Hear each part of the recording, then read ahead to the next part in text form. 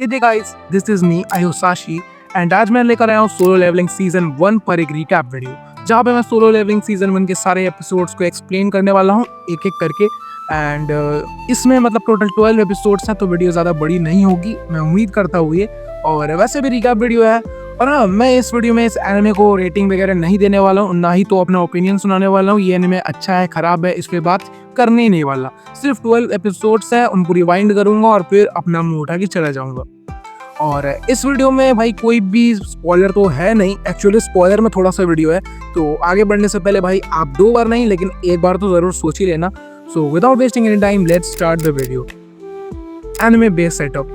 इस एनिमे के वर्ल्ड में अचानक से कुछ गेट्स खुलते हैं और इन गेट्स में एंटर करने के बाद आप एक डंजन में पहुंच जाते हैं जहां पे बहुत सारे मॉन्स्टर्स हैं और ये मॉन्स्टर्स को मारने के लिए जो है भाई इसके अंदर हंटर्स को भेजा जाता है, मतलब हंटर्स इसमें है, एक ऐसा सेटअप किया गया है। और अगर उन मॉन्स्टर्स को नहीं मारा गया जल्दी तो भाई वो लोग ह्यूमन वर्ल्ड में एंटर कर जाएंगे और जिससे ह्यूमैनिटी को बहुत ज़्यादा खतरा होगा, तो ये सारे हंटर्स को इसीलिए भेजा जाता है। और इनके काफ़ी ज़्यादा रैंक्स भी हैं, जैसे A, B, C, D और E। और E रैंक हंटर सबसे ज़्यादा वीक वाले हंटर्स होते हैं, इतना तो को पता ही होगा। Episode 1 I am used to it. इस एपिसोड में हम लोगों को मेन कैरेक्टर से मिलवाया जाता है जिसका नाम है संग जिनवू एंड एनिमे में इसको वीकेस्ट हंटर ऑफ ह्यूमैनिटी भी बोला जाता है। और अब मैं पूरे इस वीडियो में इसको संग जिनवू नहीं बल्कि जिनवू बोलूँगा क्योंकि भाई वो उसका शॉर्ट नेम है। और ये सबसे वीकेस्ट इसलिए होता है क्योंकि भाई हमारा भाई जो है ना ई रैंक हंटर्स में भी सबसे ज़्यादा वीकेस्ट है, तो इनफैक्ट मतलब वो सबसे वीकेस्ट ही हुआ ना।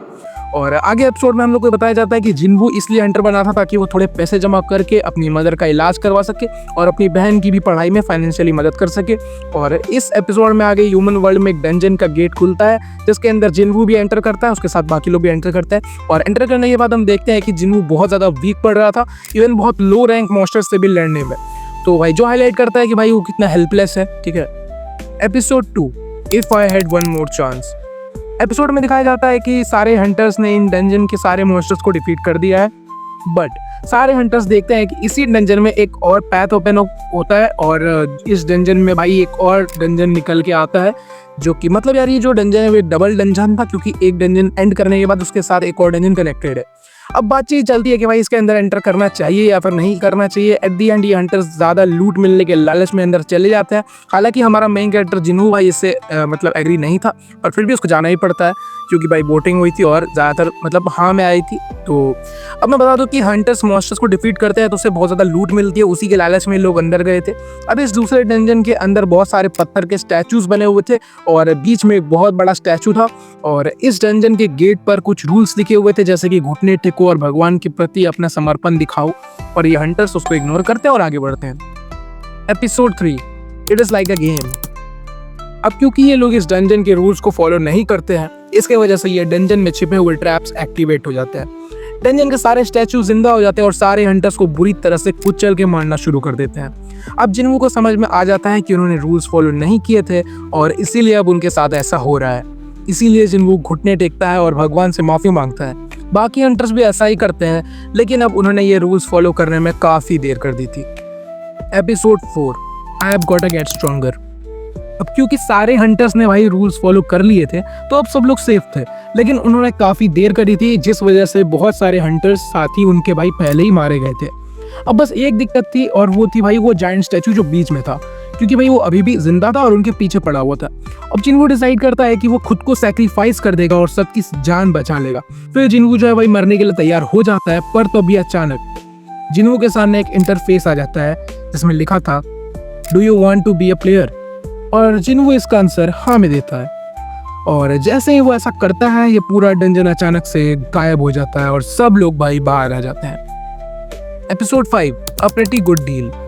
पहले सीन में हम जिनवू को हॉस्पिटल में देखते हैं जिसके सारे चोट अब ठीक हो चुके थे और जिनवू को अपने आगे एक अजीब सा ब्लू कलर का गेम इंटरफेस दिख रहा होता है जिसको सिर्फ वही देख पा रहा था और कोई नहीं देख पा रहा था। और ये गेम इंटरफेस जिनवू को कुछ डेली ट्रेनिंग क्वेस्ट देता है। क्वेस्ट मतलब भाई आपको पता ही हुआ गेम में मिलने वाले टास्क होते हैं वो सब। और लेकिन ये सब देखने के बाद भी जिनवू ये सारे क्वेस्ट को स्किप करने का ट्राई करता है जिसकी वजह से ये गेम उसको पनिशमेंट भी देता है। पनिशमेंट में उसको एक मॉन्स्टर से भरे डंजन में भेज दिया जाता है अचानक से और जिनवू जैसे तैसे वहाँ से बाहर निकलता है और अब उसे एहसास होता है कि भाई ये जो एक गेम है उसके लिए एक जरिया है ताकतवर बनने का और अगर उसने इसको नहीं अपनाया तो भाई ये इसको ऐसे ही पनिशमेंट देते रहेगा। Episode 6 the real Hunt begins. अब जिन्वू गेम से मिले क्वेस्ट को कंप्लीट करता है, जो सिंपली फिजिकल ट्रेनिंग होता है, like pushups, sit-ups and running. और ये सब करके जिन्वू को स्टैट पॉइंट्स मिल रहे थे, जो एक तरह से जिन्वू को और ज़्यादा पावरफुल बना रहे थे। अब मैं बता दूं, गेम में आपको स्टैट पॉइंट्स मिलते हैं ना, जैसे आप लेवल अप करते हो तो आपका पावर बढ़ते जाता है, वैसा ही है ये भी। और पावर को टेस्ट करने के लिए जिन्वू एक लो लेवल की हंटर स्क्वाड ज्वाइन करता है, जहाँ पे सब उसको अंडर एस्टिमेट करते हैं कि भाई ये तो बस ई रैंक का हंटर था, क्या ही कर लेगा।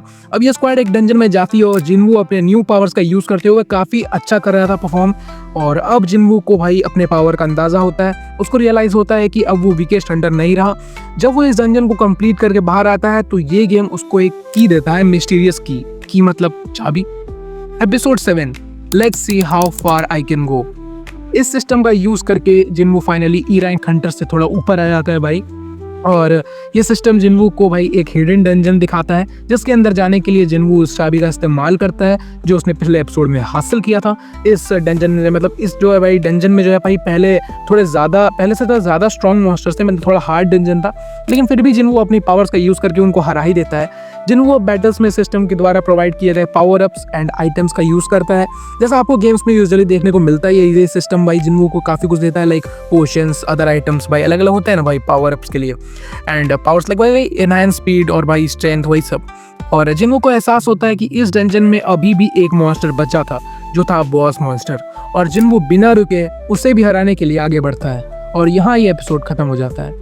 आगे बढ़ने से पहले प्लीज़ मेरे चैनल को सब्सक्राइब कर दूं, मैं फ्यूचर में ऐसे ही एनिमेस को एक्सप्लेन करता रहूँगा एकदम शॉर्ट में लाके। एंड डिस्क्रिप्शन में जाके भाई मेरा डिस्कॉर्ड सर्वर ज्वाइन कर लो, वहाँ पे लिंक होगा सबसे ऊपर। मेरे सर्वर में आप मुझे भाई न्यू वीडियो को टॉपिक सजेस्ट कर सकते हो। Now episode 8, this is frustrating. अब ये बॉस बैटल शुरू होती है और जिन्वू को पता लगता है कि ये बॉस एनिमी तो भाई बाकी चोमू मॉन्स्टर से बहुत ज़्यादा पावरफुल है। अपनी पूरी पावर का यूज़ करके भी जिन्वू इस बॉस एनिमी के आगे स्ट्रगल कर रहा था, जिस वजह से जिन्वू थोड़ा सा फ्रस्ट्रेट हो जाता है, क्योंकि उसको अपनी पावर्स की लिमिट पता चलती है। जिन्वू को पता चल चुका था कि भाई वो अपनी पावर का यूज़ करके इस मॉन्स्टर को नहीं हरा पाएगा, तो वो लगाता है दिमाग और उस मॉन्स्टर की कमजोरी पता करके आखिरकार वो भाई उसको भी हरा ही देता है। इस बॉस मॉन्स्टर को हराने के बाद उसको एक रेयर लूट भी मिलती है। हालांकि इतना कुछ होने के बाद भी जिन्वू थोड़ा सा फ्रस्ट्रेटेड अभी भी था, क्योंकि उसे पहली बार अपनी पावर्स की लिमिट पता चली थी। Episode 9, you have been hiding your skills. अब जिन्वू एक बार फिर से एक डंजन में जाता है, और ये थोड़ा सा लो रैंक वाला डंजन था। उसके साथियों को ऐसा लग रहा था कि भाई ये तो ई रैंक वाला हंटर है, और भाई वापस से सब लोग उसको अंडर एस्टिमेट करते हैं। लेकिन जब जिन्वू उनको अपने स्किल्स दिखाता है, तब भाई उनको जिन्वू की पावर्स का पता लगता है। अब जिन्वू के भाई जो साथी थे, जितने भी लोग थे, उनको तो भाई ऐसा लगता है कि भाई ये तो भाई कैसे ही इसने कर दिया ये सब। और उन लोगों को भाई ऐसा लगता है कि भाई ये लोग तो भाई मतलब जिन्वू को ये लोग को लगता है कि भाई जिन्वू अपने पावर्स को छुपा रहा है। अब भाई क्यों छुपा रहा है? क्योंकि वो अपनी रिस्पॉन्सिबिलिटी से भागना चाहता है और ज़्यादा काम के लोड से भाग रहा है। लेकिन फिर भी जिन्वू को भाई अपना राज को राज ही रखना था, तो वो नहीं बताता है किसी को इस गेम वाले इंटरफेस के बारे में। और इस एपिसोड में जिन्वू एक और हंटर से मिलता है, जिसका नाम है यो जिन हो। और ये हंटर एक बहुत अमीर हंटर दिख रहा था, हालांकि भाई ये था एक नौसिखिया ही, और ये अपने लिए एक पार्टनर ढूंढ रहा था। और जिन्वू से इंप्रेस होकर वो उसको अपना पार्टनर बनाने के लिए ऑफर करता है। जिन्वू भी भाई ज़्यादा पैसे कमाने के लिए यो जिन हो का साथी बनने के लिए तैयार हो जाता है। Episode 10, what is this, a picnic. अब जिन्वू एंड जिन्हो अपनी पहली जॉइंट रेड पर जाते हैं, मतलब साथ में। इस रेड में जिन्वू अपने साथ एक बहुत बड़ा बैकपैक लेके आया था, जिसमें बेकार की चीज़ें भरी हुई थी, और भाई ये दिखा रहा था कि वो बहुत ज़्यादा नर्वस है। जिन्वू अकेले इस पूरे डंजन को क्लियर कर लेता है, जिसे देख के यो जिन्हो हक्का बक्का रह जाता है। और अब जिन्वू थोड़ा सा मजाकिया अंदाज में जिन्हो को बोलता है कि ये बैटल है, कोई पिकनिक नहीं। और इवेंचुअली दोनों की बॉन्डिंग काफ़ी अच्छी हो रही थी, और दोनों ही दोस्त बन रहे थे, और दोनों साथ में ट्रेन हो रहे थे। इस जॉइंट रेड से दोनों को बराबर फायदा हो रहा था। जिन्हों को एक्सपीरियंस मिल रहा था, और जिन्वू शांति से पावर अप कर पा रहा था बिना किसी को बताए। Episode 11, a knight who defends an empty throne.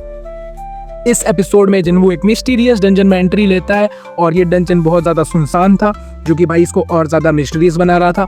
और उसमें काफ़ी सारे नाइट जैसे दिखने वाले मॉन्स्टर्स थे, और अब ये नाइट्स एक नॉर्मल मॉन्स्टर से बहुत ज़्यादा भाई स्ट्रॉन्ग थे, ठीक है। जिस वजह से सिस्टम जिन्वू को एक कंडीशन ऑफर करता है। ये ऑफर था कि अगर जिन्वू इन सारे नाइट्स के सामने सिर्फ सर्वाइव करने में भी सक्सेसफुल हो जाता है, तो ये डंजन अपने आप खत्म हो जाएगा और जिन्वू यहाँ से निकल जाएगा। अब आगे काफ़ी ज़्यादा एक्शन है, तो भाई उसको मैं तो एक्सप्लेन नहीं कर सकता, वो तो आप एनिमे में ही देखोगे। लेकिन हाँ, मैं इतना ज़रूर बता सकता हूँ कि जिन्वू लास्ट में जीत जाता है, और इस एपिसोड में एक एम्प्टी थ्रोन को हाईलाइट किया जाता है। शायद कोई मिस्ट्री की तरफ इशारा करता है, जो हम लोग को आगे देखने को मिलने वाला है। Last episode, episode 12, arise. अब जब पिछले एपिसोड में जिनवू नाइट वाले मॉन्स्टर को मारता है तो उससे मतलब जो वो सिस्टम है उसको एक न्यू पावर देता है जिसका नाम है अराइज। इस पावर से होता यह है कि जिनवू जिन मॉन्स्टर्स को हराता है ना उन सबको जिनवू अपने शैडो आर्मी में ऐड कर सकता है by saying the word arise. अब भाई देखो इसके शैडो आर्मी मतलब भाई इसकी खुद की आर्मी बन जाएगी अराइज बोलने पे, जिसको भी मारेगा उसकी मतलब जो है आत्मा उठ के इसके भाई टीम में आ जाएगी। इसका यूज करके जिनवू उस नाइट को अपने शैडो आर्मी में ऐड करता है जिसको अभी लास्ट टाइम उसने हराया था। और अब वो नाइट जो है जिनवू का एक दोस्त बन चुका था, पहले एनिमी था अब दोस्त बन चुका है। पर हाँ इसमें एक और बदलाव हुआ है कि भाई वो पहले से बहुत ज़्यादा पावरफुल हो गया था। और अब जाहिर सी बात है भाई कि इस पावर का यूज़ करके जिनवू पहले से बहुत ज़्यादा स्ट्रॉन्ग हो चुका था, पावरफुल हो चुका था। और अब फाइनली जिनवू को इस सिस्टम की अहमियत समझ आने लगती है कि भाई सिस्टम पे सिस्टम हो रहा है। और अब जिनवू आगे बढ़ता है अकेले नहीं बल्कि अपनी नई बनाई हुई शैडो आर्मी के साथ। तो फाइनली अभी एपिसोड भी एंड हो चुका है और इस एनिमे का फर्स्ट सीजन भी यहाँ पे ख़त्म हो चुका है। और भाई पूरा सीजन 1 शॉट में निपटा दिया है हमने। और भाई खुद पे ही भाई बहुत ज़्यादा अचंभा हो रहा है कि भाई कैसे कर दिया भाई, लेकिन उतना अच्छा से मैंने डिटेल में नहीं किया तो आप एनिमे में देख सकते हो। खैर भाई पूरा सीजन भाई कवर कर दिया तो भाई इसके लिए 1 लाइक तो बनता है भाई, आज कर दो यार, वैसे भी हर बार तो तुम्हारी मर्जी पे छोड़ता हूँ ये। खैर डिस्कॉर्ड सर्वर ज्वाइन कर लेना एंड चैनल को सब्सक्राइब भी कर लेना भाई अगर मन हो तो। भाई थोड़ा सांस लेने दो, मैं मिलता हूँ किसी नेक्स्ट वीडियो में। तब तक के लिए भाई कोई दूसरा एनिमे को देख लो और सोलो लेवलिंग देख लो और नेक्स्ट वीडियो में कोई न्यू एनिमे लेकर आने वाला हूँ मैं। Till then fish out.